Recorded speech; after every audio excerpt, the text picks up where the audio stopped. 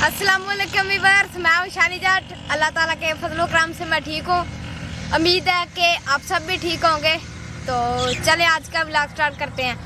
Viewers, आज मैं आपको एक कुआं दिखाता हूं जो बहुत ही जहरीला और ख़तरनाक है।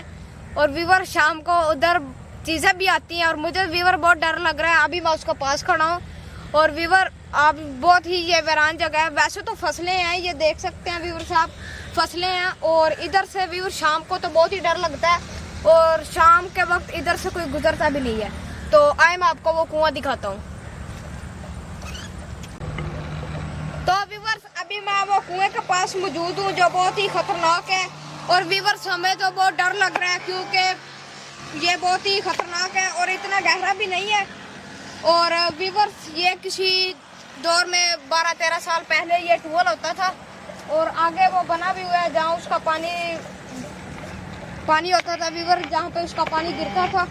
और आज व्यूअर्स वो बोर जो है ना पीटर था इधर, वो नीचे चला गया था, उसके पाइप जो है ना बह गए थे।